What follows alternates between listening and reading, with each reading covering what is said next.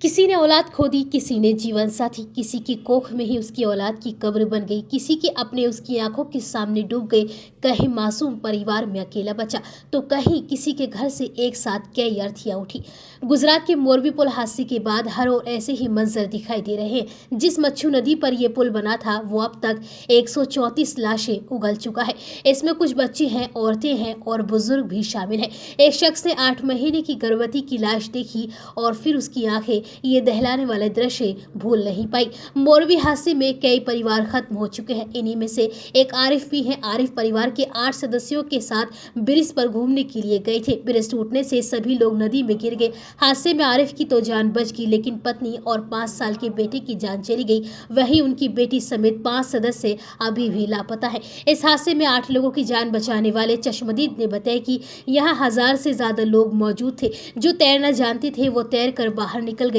बच्चे डूब रहे थे, हमने पहले बच्चों को बचाया, इसके बाद बड़ों को बाहर निकाला। पाइप के सहारे लोगों को हम निकाल रहे थे। वहीं मौजूद दूसरे चश्मदीद ने बताया कि मैं यहाँ हर रविवार को चाय बेचता हूँ। मैंने लोगों को तार से लटकते हुए देखा, इसके बाद वह फिसलने लगे। मैं रात भर सोया नहीं, पूरी रात लोगों को बचाने में जुटा रहा। मेरा दिल तब दहल गया जब मैंने 7 या 8 महीने की गर्भवती महिला की लाश देखी। मैंने अपनी जिंदगी में ऐसा मंजर नहीं देखा। हादसे वक्त मौजूद चश्मदीद हसीना ने बताया कि मैं हादसे को शब्दों में बयान नहीं कर सकती। वहां बच्चे भी थे। मैं अपने परिवार के साथ जितने लोगों की मदद कर पाई मैंने की। मैं उन लोगों को अस्पताल ले जाने के लिए अपनी गाड़ी भी दे दी। मैंने जिंदगी में ऐसा मंजर पहले कभी नहीं देखा। मोरबी के ही रहने वाले हार्दिक भी अपनी पत्नी मिरल और 4 साल के बेटे जियांश के साथ रविवार रात को यहाँ घूमने के लिए आए थे। जब ब्रिज टूटा उस वक्त उनका परिवार ब्रिज पर ही मौजूद था। ब्रिज टूटने के बाद किसी ने बेटे जियांश को तो बचा लिया, लेकिन हार्दिक और उनकी पत्नी की इस हादसे में मौत हो गई।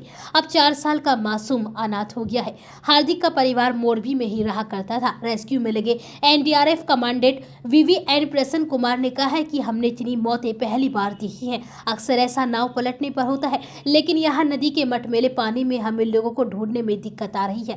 ढहे हुए पुल के नीचे अभी और शव फंसे हो सकते हैं। उन्हें खोजने हम गहरे गोताखोरों की मदद ले रहे हैं। दिवाली के मौके पर जहाँ कल तक पूरा शहर लाइटों से जगमगा रहा था, वहीं रविवार की शाम हुए हादसे ने शहरवासियों को मातम के अंधेरे में डुबो दिया। लोगों ने घर की जगमगाती लाइटों को बंद कर दिया है। स्थानीय लोग, स्वयंसेवक, अस्पताल के कर्मचारी, पुलिस, फायर ब्रिगेड सभी बचाव कार्य में लगे हुए हैं और लोग अभी भी अपनों की तलाश में जुटे हुए हैं। कोई अस्पताल में पड़ी लाशों में अपनों को तलाश रहा है, तो कोई नदी के पानी में अपनों को ढूंढ रहा है।